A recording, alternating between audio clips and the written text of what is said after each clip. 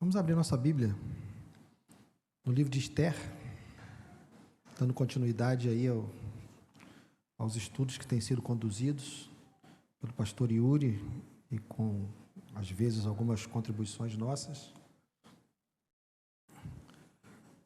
Livro de Esther. Vamos hoje falar dos capítulos 3 e 4.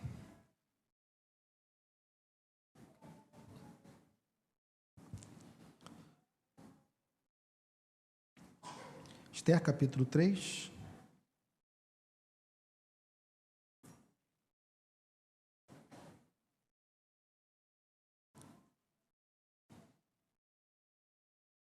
Todos encontraram? Esther?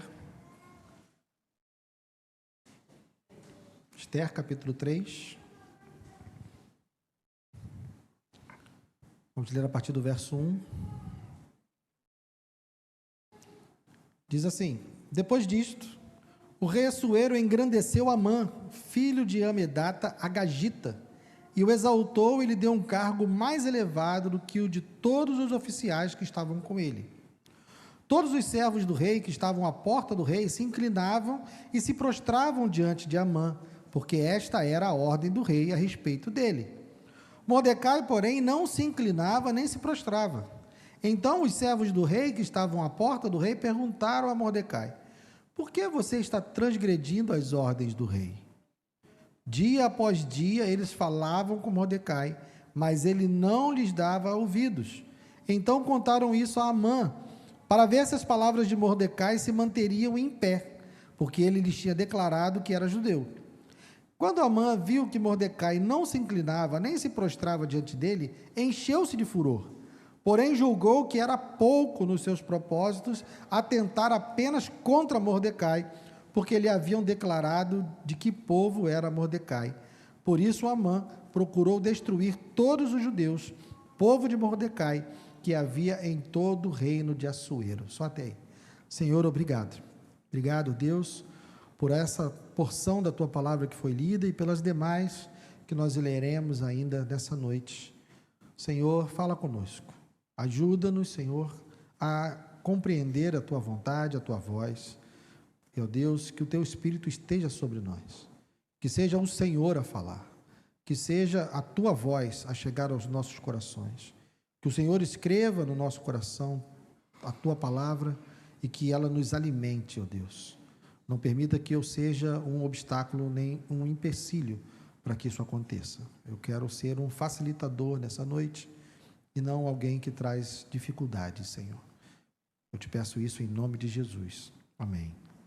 Pode sentar, querido. Bom, fazer uma contextualização. Eu sei que você que está aqui toda quarta-feira já ouviu isso algumas vezes, mas é sempre importante a gente entender o contexto do livro que nós estamos estudando.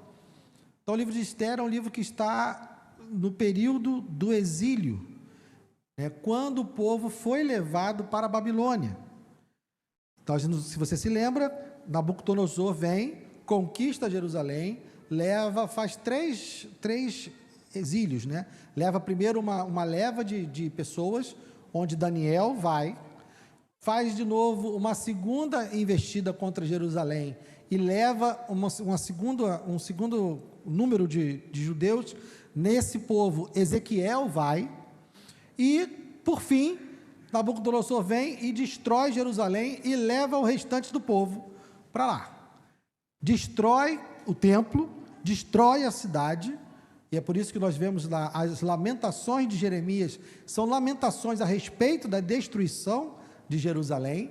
Então, nesse contexto, logo depois, você acompanhando pelo livro de Daniel, você vai ver que o reinado de Nabucodonosor e o Império Babilônico, ele é suplantado pelo Império Medo-Persa, o Império Persa. E é nesse contexto do Império Persa que nós temos, então, Esther. O exílio do povo durou 70 anos. Então, nesses 70 anos, houve essa troca de hegemonia, né? A Babilônia deixou de ser a nação mais poderosa e foi sucedida, foi conquistada pelo Império Persa. Então, aqui é o exílio dos judeus, já nessa segunda fase, nesse novo governo, que não é mais o governo babilônico, não estão mais sobre a opressão de Babilônia, mas estão, sim, sobre o domínio persa, ok? Então, esse é o contexto histórico do livro. Ele foi escrito para poder nos apresentar a origem de uma festa que os judeus comemoram, chamada Festa do Purim. Então, o livro de Esther, em toda a sua trama, né, em toda essa história que é contada aqui, ela nos apresenta, e principalmente aos judeus, a razão da festa do Purim que eles comemoram, ok? Então, nessa porção que nós temos hoje, nós vemos o engrandecimento de Amã. Amã, ele aqui é chamado de Agagita. O que seria Agagita? Agagita é descendente de Agag. E aí eu vou pedir para você puxar lá da memória. Vocês se lembram quando Saul foi lutar contra um rei amalequita e Deus mandou ele destruir todo mundo? Mas ele não destrói todo mundo? E ele deixa vivo o rei Agag, que era o rei dos amalequitas. Então, aqui a informação que o texto nos traz é que Amã, apesar de Amã ser um nome persa, esse Amã era filho de Amedata, que era Agagita. Isso nos apresenta ele como sendo de origem amalequita. Isso aponta, então, para uma inimizade que existe há muito tempo. O povo judeu e o povo amalequita estavam em conflito, estavam em guerra. Saul conquista lá, mas deixa vivo o rei Agag, desobedecendo a Deus, desagradando a Deus. Então, talvez, e apenas talvez, isso justifique o fato de Mordecai não se curvar diante de Amã. Porque não era algo, o livro de Esther não nos informa a razão dele não se curvar, mas o que a gente sabe é que ao longo da história de Israel não existe uma proibição do judeu se curvar diante de uma autoridade. Ele não estaria adorando, ele estaria tendo uma demonstração de respeito. Então não há uma violação do primeiro e do segundo mandamento aqui. Então não haveria essa proibição, o texto não nos dá essa indicação do porquê, mas é só essa possibilidade. Talvez seja por isso que Mordecai não se curvasse diante de Amã, e talvez seja por isso que a reação de Amã tenha sido tão exacerbada. Ele não ia se contentar, né? Ele diz, no verso 6, porém julgou que era pouco nos seus propósitos atentar apenas contra Mordecai, porque lhe haviam declarado de que povo era Mordecai. Ou seja, quando informaram para Amã que Mordecai era judeu, ele, opa, está aí uma oportunidade, eu não vou pegar só Mordecai, eu vou destruir todos os judeus. Então, aqui é só uma contextualização, você vai encontrar isso lá em 1 Samuel capítulo 15, que tem a história da conquista, né, de como Saul vai e vence os amalequitas, mas permite que Agag vença. O capítulo 3, ele inicia com um contraste.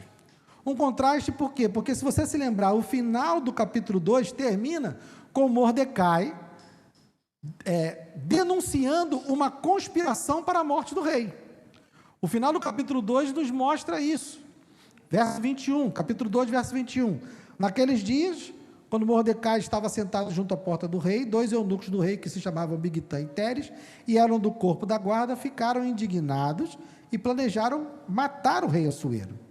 Isso chegou ao conhecimento de Mordecai, que o revelou à rainha Esther, e Esther o disse ao rei em nome de Mordecai. Investigou-se o caso, e era fato. Os 2 conspiradores foram pendurados numa forca. Isso foi escrito nos livros da crônica diante do rei, no livro das crônicas diante do rei. Ou seja, o capítulo anterior termina com uma ação de Mordecai em favor do rei, uma ação que salva a vida do rei, mas termina e não apresenta nenhum tipo de consequência. Oi, Thomas. A sua mãe está querendo falar com você lá, ó. Acho melhor você ir lá, hein? Isso, fica aí com a mamãe. Termina com Mordecai tendo essa ação que salva a vida do rei, mas não apresenta para nós nenhum tipo de recompensa dada a Mordecai. E o capítulo 3 inicia então com Amã sendo engrandecido. Nós vemos que é um contraste porque Mordecai teria razões de ser engrandecido pelo rei, e não é. E Amã surge do nada e é engrandecido. Então, nós começamos aqui já com esse contraste. E isso já é para nós uma dica, já tem aqui uma preparação para o que vai acontecer depois, e eu não vou estragar o restante da história. Eu sei que todo mundo sabe, mas vamos dar a oportunidade para o pregador da semana que vem e terminar essa história. Mas, então, a ação de Mordecai é registrada no livro das crônicas, e ele não é recompensado por isso, e Amã surge do nada e ascende, e é agora, então, o novo 02 lá na Pérsia. Então, Amã coloca no seu coração o desejo de destruir os judeus, e ele vai. E eu não vou fazer a leitura do capítulo todo, porque eu tenho certeza que todos vocês já leram o capítulo 3 e 4, né, sabendo que hoje nós iremos falar sobre ele, mas eu vou contar a história. Amã, então, ele convence o rei de que deveriam matar, então, todos os judeus. O rei faz o quê? O rei pega o anel dele, que é o selo, e dá na mão de Mordecai. Vai dar na mão de Amã. E faz assim: Amã, faz o que você quiser. Eu não estou nem aí. Ele passou um cheque em branco para Amã, porque o anel, e depois a gente vai descobrir lá na frente, que todos os decretos que forem selados com o selo do rei, eles não podem nem ser revogados. Então, ele deu um cheque em branco, ele deu um poder para Amã que é inimaginável, foi até imprudente da parte de Assuero dar isso para Amã, mas ele dá. Então, Amã faz um decreto, e esse decreto é um decreto que, em determinado dia, todos os judeus seriam exterminados. Haveria, então, um genocídio por conta da sua rivalidade com Mordecai, da sua rivalidade com os judeus. Então, ele decreta isso e espalha essa notícia por toda a província, por todas as províncias, porque, como a gente lembra, esses grandes impérios, eles abrangiam vários povos, eles conquistavam vários povos.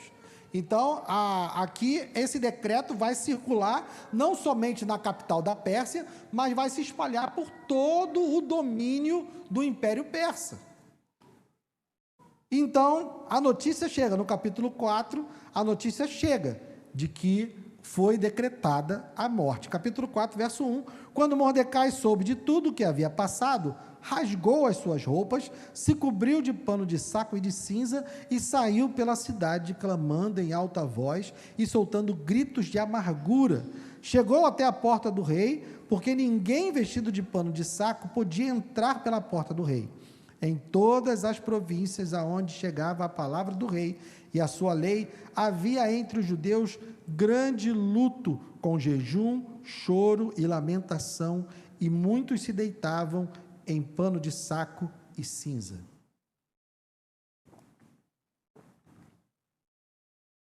O povo, ele está numa terra estranha. Lembre-se, exílio. Perderam sua terra, foram conquistados, tiveram o templo destruído, tiveram a sua esperança destruída.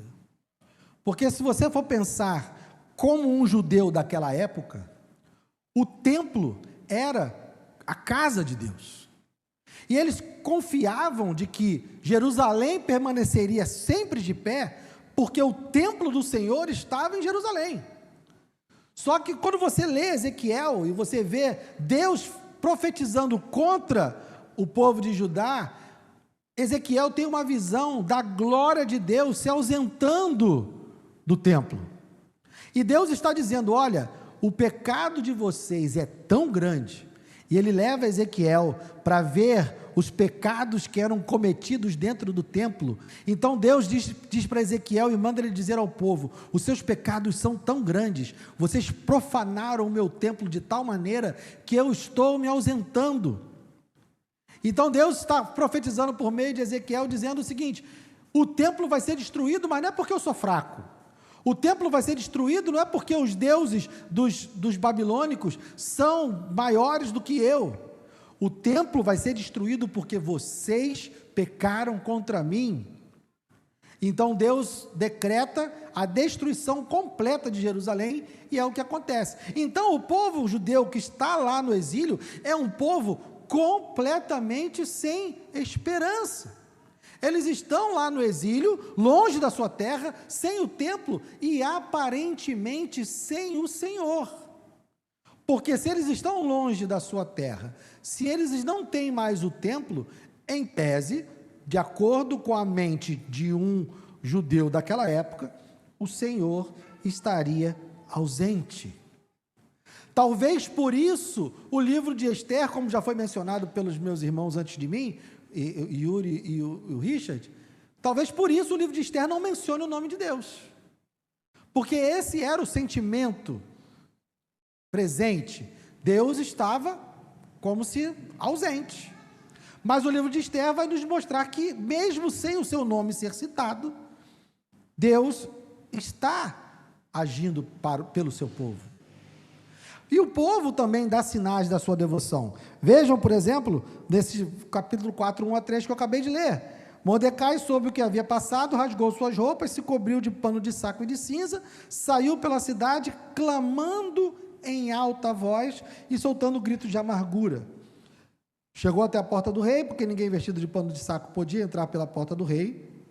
Em todas as províncias aonde chegava a palavra do rei e sua lei, havia entre os judeus luto com jejum, choro e lamentação, e muitos se deitavam em pano de saco e cinza. Ou seja, embora o autor tenha buscado não citar o nome de Deus, nós vemos aqui que o povo está exercitando a sua devoção. A quem era esse clamor? Para quem era esse jejum? De que maneira eles estavam lamentando? Então, está presente aqui a devoção, embora o nome de Deus não seja citado. Verso 14 do capítulo 4. Por quê? E aí já é Mordecai falando com Esther: porque se você ficar calado agora, de outro lugar virá socorro e livramento para os judeus, mas você e a sua casa e a casa de seu pai perecerão. Mas quem sabe se não foi para uma conjuntura como essa que você foi elevada à condição de rainha. Qual é o contexto aqui? Quando Mordecai sabe dessa situação e recebe o decreto, ele lamenta, mas ele consegue se comunicar com Esther, que já é rainha. Nós vimos nos capítulos anteriores que Esther já é rainha, e ele consegue se comunicar com ela e pede para que ela interceda junto ao rei. E Esther diz para ele: olha, não é assim não, eu não posso chegar na frente do rei, porque senão ele pode me matar, existe um decreto que ele me mate, a não ser que ele estenda lá um cetro de ouro. Mas se eu chegar lá no pátio do rei, do nada, existe uma chance de eu morrer. Se ele não estender o cetro de ouro para mim, eu vou morrer. Então, aqui Mordecai, ele já também apresenta, embora não cite o nome de Deus, ele apresenta aqui duas características no verso 14. Primeiro, ele sabe que Deus vai resgatar o seu povo. Ele está dizendo: Esther, interceda pelo povo.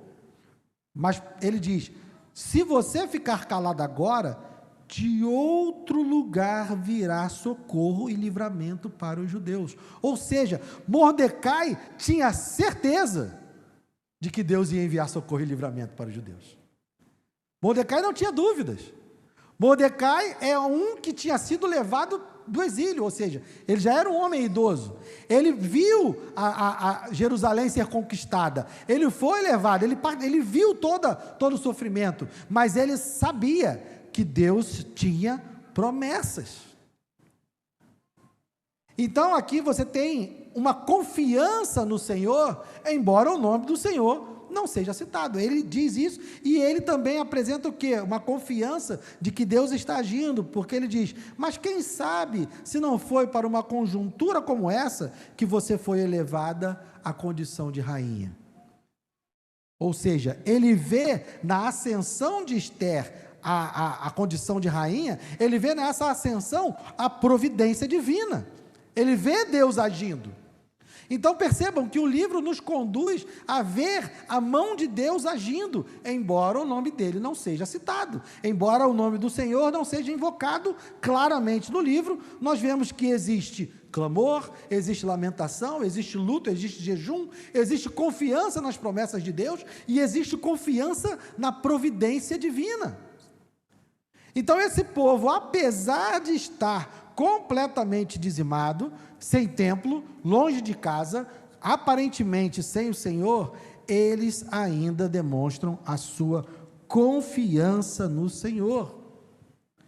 Mordecai apresenta aqui um conhecimento de que o povo está naquela situação por determinação de Deus. Mordecai ouviu as profecias de Jeremias, Mordecai ouviu as profecias de Ezequiel. Então Mordecai sabe que Deus é quem decretou essa situação e sabe também que Deus decretou o fim. Mordecai sabia e Mordecai confiava. Então o povo, nesses 70 anos de exílio, não foram 70 anos fáceis. Nós vemos que o povo passou por muitas lutas no exílio. Basta você olhar o livro de Daniel. Daniel estava no exílio, mas seus amigos foram colocados na fornalha, ele esteve na cova dos leões. Você vê que o povo de Deus está sendo perseguido, está sendo o tempo inteiro assediado pelos pagãos. Mas eles sabiam que havia uma promessa de Deus. O próprio Daniel, no capítulo 9, diz que ao ler as profecias de Jeremias, e aí fica o dever de casa, tá, gente? Se você não fez o panorama bíblico, aqui eu faço a propaganda, faça o panorama bíblico para você poder entender esses contextos, essas interligações, mas Daniel, no capítulo 9, diz que lendo Jeremias, ele entende que o exílio ia durar 70 anos. Então Daniel sabia que o exílio ele tinha data para terminar. Jeremias sabia que o exílio tinha data para terminar. E a profecia mais famosa de Ezequiel, qual é a profecia mais famosa de Ezequiel? Ezequiel capítulo 37, vamos ver quem sabe. Qual é a profecia que está no Ezequiel capítulo 37? O vale dos ossos secos. Profecia mais famosa de Ezequiel. Ezequiel está profetizando para esse povo que está no exílio, esse povo que acabou de saber que o templo tinha sido destruído, que Jerusalém tinha sido destruída, e aquele vale de ossos secos, aqueles ossos que estavam sequíssimos, representava a falta de esperança do povo de Israel. E quando Deus diz a Ezequiel, profetiza sobre esses ossos, é possível que vivam? E Ezequiel diz, tu sabes, Senhor. Então Deus manda ele profetizar, e vem ligaduras, vem carne, e o exército se levanta. Deus está fazendo uma profecia para o povo de Israel, que está no exílio, dizendo, olha, vocês estão assim, se sentindo dessa forma, vocês se sentem como mortos, vocês se sentem sem esperança, vocês se sentem enterrados e sem futuro, mas eu, o Senhor, estou dizendo que vou restaurar a nação de Israel. Ou seja, o povo que ouviu as profecias de Ezequiel sabia, e Mordecai sabia que o tempo do exílio, apesar das lutas, apesar das dificuldades, apesar da oposição do povo que lá estava, eles sabiam que Deus iria por fim àquele exílio e que ele restauraria a nação de Israel naquele tempo. De igual modo, ou seja, quais são as características desse povo aqui nesse momento? Eles são um povo que estão longe de casa, que estão sem o templo e aparentemente sem Deus, e estão sofrendo perseguição dos inimigos, estão sofrendo opressão dos seus adversários, e semelhantemente, Jesus Cristo, quando vem a esse mundo, ele passa por situação semelhante. Jesus Cristo vem a essa terra, ele então está peregrino porque ele deixa a glória e entra na história.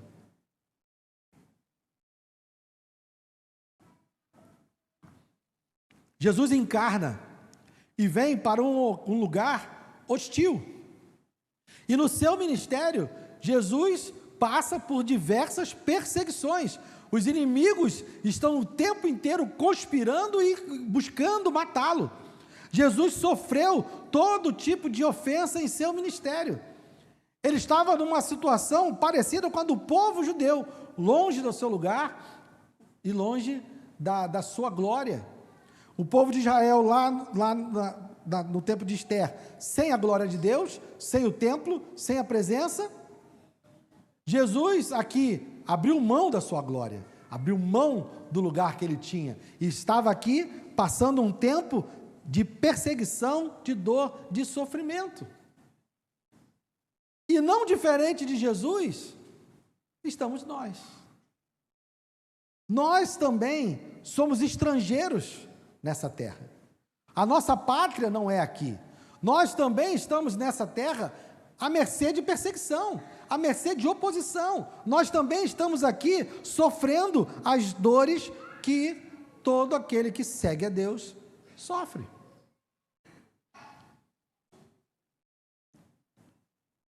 Nós sofremos essa perseguição, irmãos. Não pensem, eu não quero aqui corroborar nenhum tipo de teoria da conspiração, né? É muito cômodo para nós pensarmos que existem, sei lá, você tem todo tipo de teoria, né? Existem 70 famílias que estão querendo destruir a igreja, existem movimentos mundiais que vão querendo acabar com um monte de coisa. Gente, acredite nessas conspirações ou não, e você é livre para crer, e eu não vou entrar em conflito com você por causa disso. Eu só quero que você entenda que nós vivemos num mundo que é hostil, porque aqueles que não são servos de Cristo, Efésios descreve eles como filhos da ira, filhos da desobediência. Aqueles que não têm o Senhor Jesus como seu Senhor e Salvador, são inimigos de Deus. Então nós como igreja hoje, estamos plantados, estamos colocados num lugar cheio de inimigos de Deus. Não é preciso uma grande conspiração, não é preciso um grande planejamento. Se você está num lugar cheio de inimigos, você vai sofrer perseguição, você vai encontrar problemas, você vai encontrar pessoas para te ofenderem, para te atacar, e não precisa que haja uma conspiração mundial para que isso aconteça. Nós estamos num lugar hostil. Amã era um só, o rei não estava nem aí para os judeus, né? Os demais oficiais do rei não estavam nem aí para os judeus. Não tinha ninguém preocupado em matar os judeus. Foi só um. Só precisou um para que houvesse a perseguição e a ameaça de morte para os judeus. Isso é também conosco. O povo lá não precisou de uma conspiração, não precisou que houvesse a reunião dos grandes oficiais, não precisou que houvesse toda uma questão oculta, uma mentira montada, uma trama. Não, bastou um homem, porque eles estavam num ambiente hostil. Da mesma forma, nós, como igreja do Senhor, estamos num ambiente hostil. Deus nos enviou para o mundo e Jesus disse, da sua oração sacerdotal, diz: Pai, eu os envio ao mundo, mas eles não são do mundo, guarda-os. Por que Jesus pediu a Deus para nos guardar? Porque ele sabia que estava nos enviando a um lugar hostil. O mundo é hostil, a palavra de Deus. Nós, se você não é alguém, eu não sou convertido desde sempre, vivi muito tempo longe do Evangelho, eu era inimigo de Deus, eu causava tribulação, meu vizinho cristão sofreu. Quando ele me vê saindo de casa hoje, com terno, vindo para a igreja, ele olha para mim e fala assim, como eu orei por esse garoto, porque até atrapalhar os cultos que ele fazia na casa dele, eu atrapalhava, eu não gostava quando ele fazia culto na casa dele. Eu era inimigo de Deus. Eu era filho da ira. Eu era filho da desobediência. E atribulava a vida do meu vizinho, que era filho de Deus. E não havia nenhuma grande conspiração nisso. Não havia nenhum grande planejamento, nenhum desejo de acabar com a igreja e acabar com o domínio de Deus. Não, eu só queria perturbar mesmo. Atrapalhar a vida do cara. E ele sofria com isso. E graças a Deus, ele hoje me vê saindo de casa. Domingo, às vezes 7 horas da manhã, ele está lá acordadinho, que já é um senhor de idade, né? Senhores de idade acordam cedo, né? Ele está lá do lado de fora, lavando o carrinho dele, aí eu desço com o meu terno, bom dia, eu chamei de Arariba, porque ele era bombeiro, né? E chamei ele pelo nome de guerra. Bom dia, senhor Arariba. Ele, bom dia, meu filho. E eu estou lá indo para a igreja. Então o mundo é hostil. Deus nos enviou, Jesus nos enviou para um mundo hostil. Nós estamos nessa terra e vamos sofrer perseguição também. Mas, da mesma forma que o povo e Mordecai, lá na Pérsia, sabia que o seu tempo de exílio tinha um fim determinado, que Deus tinha promessas e que Deus cumpriria essas promessas, da mesma forma que Jesus veio a esse mundo sabendo que tinha uma missão, sabendo que ele foi destinado a morrer, mas sabia que também, após cumprir o seu propósito, sabia que ele seria recolocado no seu lugar, está assentado à destra de Deus, e todas as coisas foram colocadas debaixo do seu domínio. Da mesma forma que ele sabia disso, eu e você também precisamos saber que o nosso tempo nessa terra tem um tempo determinado. Nós não estamos aqui para sempre. O nosso sofrimento nessa terra não dura para sempre. Nós não precisamos estar preocupados com o que vai nos acontecer nessa terra, porque o nosso destino já está selado. O nosso destino já está determinado em Cristo. Não importa o que aconteça, nós temos promessas mais firmes, nós temos promessas mais claras do que o povo de Israel tinha. Mordecai tinha uma visão espelhada, uma visão turva daquilo que Deus ia fazer. A esperança de Mordecai era simplesmente retornar para a terra prometida e reconstruir o templo. Essa era a esperança de Mordecai. A nossa esperança é além disso. Nós sabemos que nós não temos lugar nesse mundo. Nós sabemos que a nossa vida não pertence a esse lugar. Nós sabemos que o nosso destino é a Nova Jerusalém. Nós sabemos que o nosso destino é um lugar eterno, de vida eterna com Deus. E não importa o que passemos nesse mundo, isso já está garantido, já está conquistado. Por mim? Não. Por você? Também não. Foi conquistado por Jesus na cruz. Então o nosso tempo nessa terra também tem um fim determinado, tem um fim garantido. E não importa como a nossa vida termine aqui,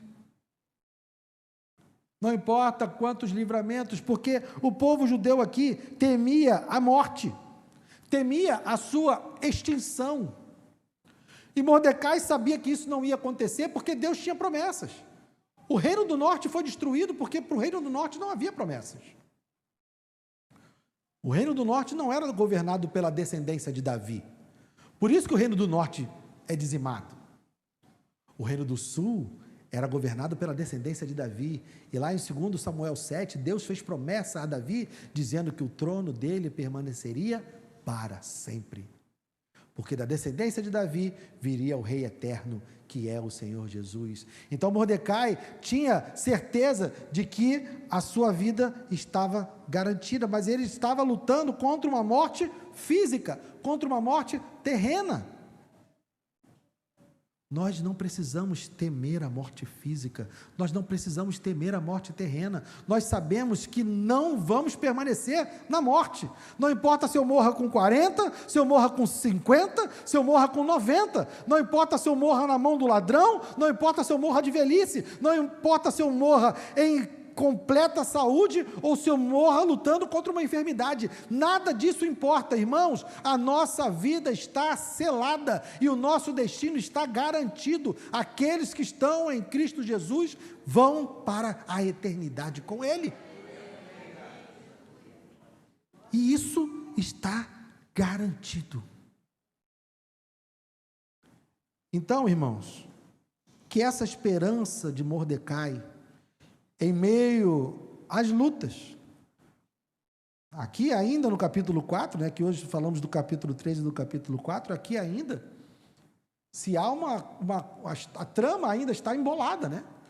As coisas ainda estão meio confusas, preocupantes, mas a certeza de Mordecai é, se não for por meio de Ester, vai ser de outra forma, porque Deus vai nos dar livramento.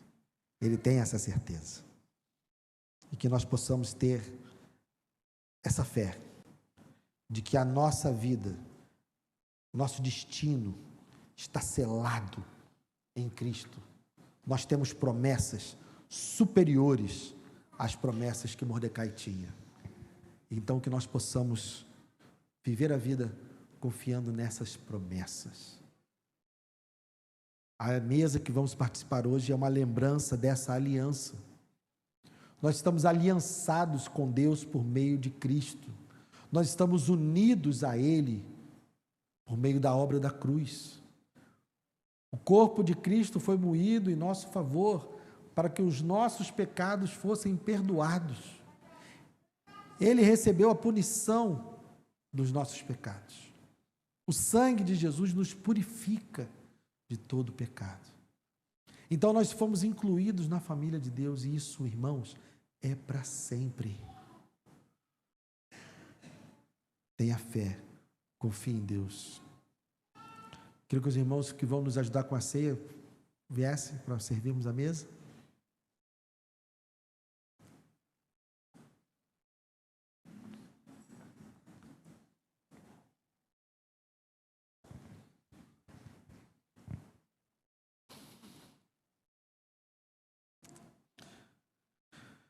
Aleluias. Nosso Deus é maravilhoso, irmãos. Precisamos lembrar que nós não merecemos absolutamente nada disso. Isso foi nos dado graciosamente. Embora tenha sido dado para nós gratuitamente, foi pago um preço altíssimo. Eu e você recebemos de graça. Mas Jesus pagou com a vida. Senhor, obrigado. Obrigado, Deus, por esses elementos que simbolizam, Deus, o teu corpo e o teu sangue. Que nos lembram, que nos trazem à memória o sacrifício que foi feito em nosso favor. A demonstração do teu amor. O cumprimento das tuas promessas. Aquilo que Mordecai apenas tinha uma ideia, foi completamente revelado quando Cristo encarna, morre, ressuscita. Obrigado, Deus.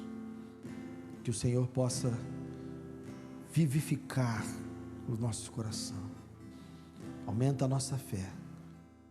Aumenta, Senhor, o nosso amor por Ti. Muda a nossa vida, Senhor. Muda a nossa vida. Te peço e te agradeço em nome de Jesus. Amém.